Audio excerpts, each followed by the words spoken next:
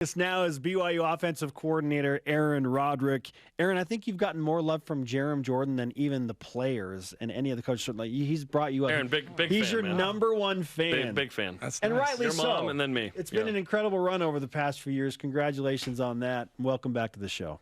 Thanks. It's good to be here. What quarterback agenda do you have that you want to address right off the bat, Aaron? Quarterback agenda? Or offensive? Our quarterback's really good. Yes, he is. Yeah. Was has his season been properly lauded? It was incredible. Yeah.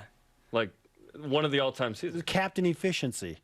Yeah, and to beat 6 Power 5 opponents, I think that doesn't get talked about enough because it's like something you can't really compare to previous eras.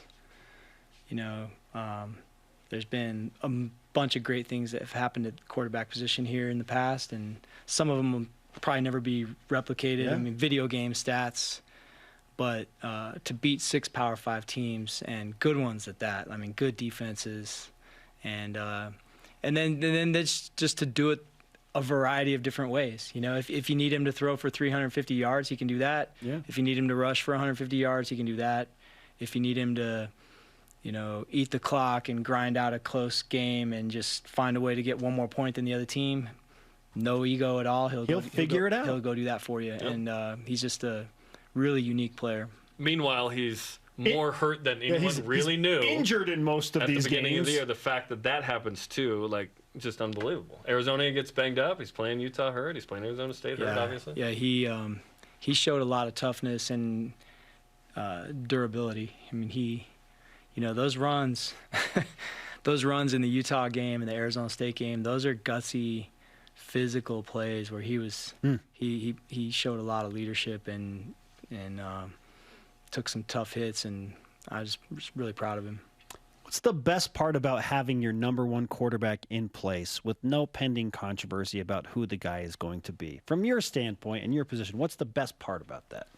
There's a couple things. The first one is just leadership. You know, he's clearly the leader of our offense. The guys respect him. They listen to him. Jaren's really good at speaking in front of a group of people. I mean, last year when we beat Utah, he spoke to the team after the game, gave Kalani the game ball. It was impressive. I mean, just the way he commanded everyone's attention in that kind of hoopla and excitement. You know, the team got quiet and listened to Jaren talk. It was cool. He has that, you know, and it's good to just allow him to be the team leader, or be a team leader, I should say. And then the other thing is just planning our practices. You know, we're already planning our fall camp practices and knowing exactly who the guy is and how many reps he's going to get and which plays we're going to practice when he's in there versus which plays we might do when Conover's in there. We're already mapping all that out, making sure everything gets covered.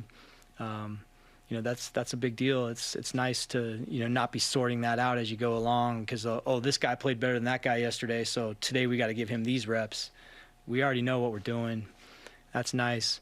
And then the other thing, though, that's really big is just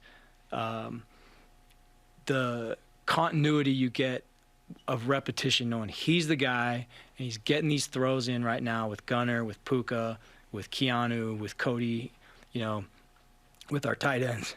Where a year ago, our passing game didn't really hit stride until about game 5 or 6, I would say. And a big part of that was just, you know, Jaren competing to be the starter and the reps being mixed with Baylor. And then the other thing was Puka and Samson missed all of fall camp pretty much. And so, like, Samson scored a touchdown in the Utah game, but he barely practiced. I mean, he only knew some of the plays.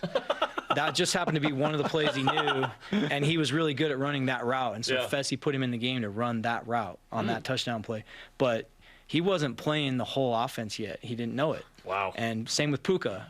And so it was about mid-season when those guys finally knew the whole thing, as well as Neil and Gunner. And then that's when our passing game sort of took off. And so this year I expect that to be, you know, operating at a higher level from day one because we've had a full year and a half to build up those reps with those guys. Okay, when the season ends, can we just sit down and you're like, hey, what you didn't know is Samson didn't know this, and Jaren was hurt, da-da-da. That'd be fun. That'd be a fun combo. Yeah, I Once mean, the season ends. there's fun stories like that in every game, just things that, But that's true. In those early games, Utah, Arizona State, I mean, Puka and Sampson were like, they knew, I don't know what percentage, but Fessy did a great job of spotting them in there. There was a lot of times where it was like, go in the game and run this route, and come back out, and we'll send you back in. Wow. Very specialized. There was some of that early in the season last year. That's crazy. Yeah. The tell-all with Aaron Roderick on BYU Sports Nation. December 2nd on BYU TV. Okay, with Jaren. In the 80s when BYU had successful quarterbacks, that QB was an upperclassman typically. Jaren had to wait his turn here. Injury, Zach's success, and so on. How did that prepare him in a way that maybe he would not have been prepared had he needed to play more regularly earlier? Because 2019 he plays a couple games, but he doesn't. It's 2020. He doesn't even dress for the games. It's a different experience. Yeah, it's a great point. I think his time in the program of just learning how we operate, learning what we do, learning the offense. Even though he missed that one season, he had still gotten quite a few reps in his practice time and in a few games. And but I think being in the program that long and then watching the year that Zach had the year before, I think that was valuable for him. All that stuff combined, and then just his own personal qualities. He's got great athletic ability. He's got great individual qualities for a quarterback. All that stuff just was like the perfect combination for him to, be ready to have success right away. And he's a really good leader. Now, we know clearly who QB1 is, and you have said earlier today that RB1 is Christopher Brooks, the transfer from Cal, and he's running behind one of the most talented offensive lines that we can recall from recent memory. I know you don't want them to buy into that just yet. You want them to go out and say, live up to that hype. But what can you tell us about your expectations for Christopher Brooks behind this BYU offensive line? Well, I think our offensive line's really good. So I'm not gonna act like they're not good. It's something you got to prove every week. But I think we have 7 or 8 guys who have started games against Power 5 teams. You add Kingsley to the mix. He's a very, very good player. Does that include Keanu Salipag coming back? Keanu, I think, would be the 8th in that group. I can't remember the exact number. I might be off by one, but it's I think it's hard to know. I know it's at least 7. That's amazing. And so I expect our offensive line to be very good, and I expect that if we have an injury, that the next man up, there should be no drop off. Sure.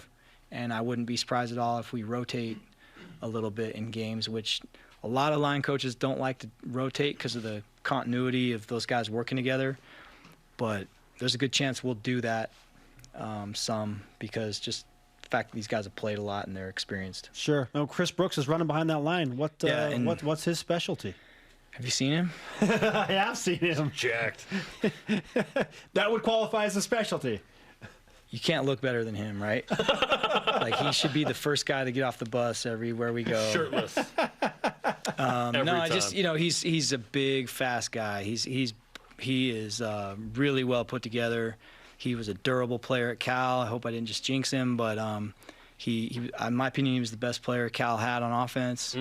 And he's a very good receiver, and he's a physical, slashing type of running back. He'll run through arm tackles, and safeties are going to have to make a decision if they want to take him on or not because he's 6 foot, 235 pounds, and he's going to be I think he's going to be a lot to deal with. Okay. And real quick, Wake and Heimuli as fullbacks. Yeah. Does that change how you call a game? Yeah. Well, what it does is it just gives us some really fun possibilities with personnel groups. You consider, Isaac and Dallin and Puka, Sampson, and Keanu, who are all big, and then we have these big tight ends, and then we have Mason and Houston, and then we have a deep running back group, and then you got a guy like Peeney, who I think Peeney gets sort of underappreciated because he doesn't carry the ball 25 times a game, but He plays tailback. Then he lines up at the wing and runs a jet sweep and scores a touchdown. Super And then- versatile. Then he comes in the game and lines up at fullback and runs a route and catches a pass and scores another touchdown. And then the guy lines up at receiver. You might not even notice sometimes. He comes in the game, shifts out and plays receiver and runs a good route. He's an excellent blocker. He's just a really unique player. And so he gets his snaps in unique ways. And what we'd like to do is create lots of funky personnel groups that force the defense to decide how they want to match up and what kind of personnel they want to put on the field. I love it. We call that a dynamic playbook, and it's been pretty dynamic already. Up. Jeez.